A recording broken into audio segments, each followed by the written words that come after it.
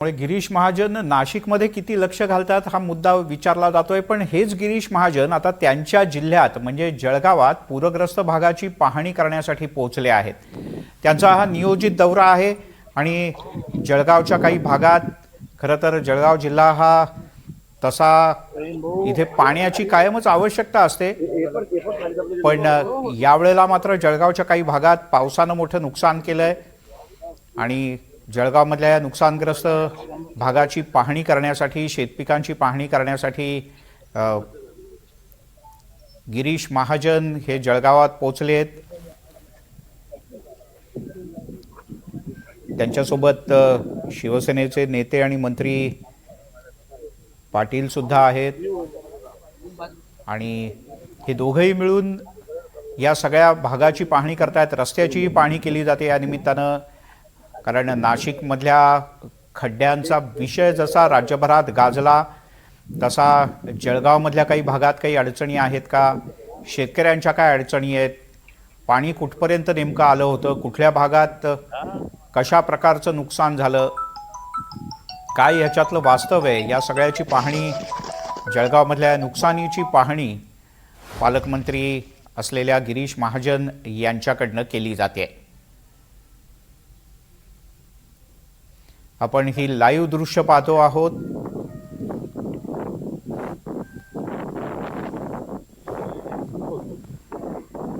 मंगेश जोशी आपले प्रतिनिधी आपल्यासोबत जोडले गेलेत। मंगेश, किती वेळापासून हा दौरा सुरू झालाय, कोणकोणत्या भागाची नेमकी पाहणी करणार आहेत गिरीश महाजन?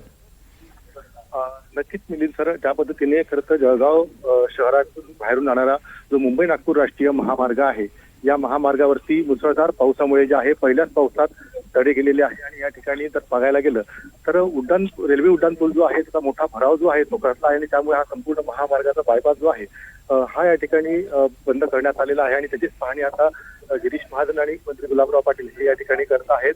सोबतच जळगाव जिल्ह्यात मुसळधार पावसामुळे व पूर परिस्थितीमुळे अनेक ठिकाणी मोठ्या प्रमाणात नुकसान झालेलं आहे। त्यामध्ये प्रामुख्याने अमळनेर आणि पारोळा या ठिकाणी देखील मोठ्या प्रमाणात नुकसान झालेलं आहे आणि त्या ठिकाणी देखील पाहणी जी आहे ती खरं तर गिरीश महाजन आणि गुलाबराव पाटील हे करणार आहेत। एकंदरीतच थोड्याच वेळापूर्वी या दौऱ्याला जी आहे ती सुरुवात झालेली आहे आणि संपूर्ण या दौऱ्यामध्ये जे आहे नुकसानग्रस्त भागाची पाहणी करून तातडीने मदत पोहोचवण्यासंदर्भात ज्या आहेत त्या देखील सूचना ज्या आहेत गिरीश महाजनांकडून दिल्या जात आहे। एकंदरीतच महामार्गाच्या कामाच्या बाबत देखील त्यांनी या ठिकाणी तीव्र नाराजी आहे ती व्यक्त केल्याचं पाहायला मिळते आहे।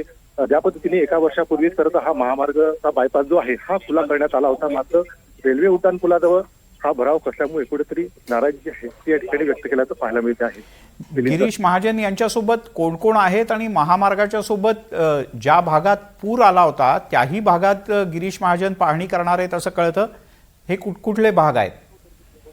निश्चित आता जी पाहणी सुरू आहे ही खरं तर महामार्गाच्या बायपासची आहे। या ठिकाणी गुलाबराव पाटील असतील, जिल्हाधिकारी रोहन घुगे असतील, राष्ट्रीय महामार्ग प्राधिकरणाचे अधिकारी या ठिकाणी उपस्थित आहेत, संबंधित ठेकेदाराचे कर्मचारी या ठिकाणी उपस्थित आहे आणि एकंदरीतच या संपूर्ण म्हणजे याचं झाडाझडती जी आहे ती कुठेतरी गिरीश महाजनांकडे घेतली जात आहे आणि नुकसानग्रस्त भागाची देखील पाहणी जी आहे ते गिरीश महाजन हे करणार आहेत। सर, तुर्तास धन्यवाद। आपण ऐकूयात काय नेमका संवाद सुरू आहे तो।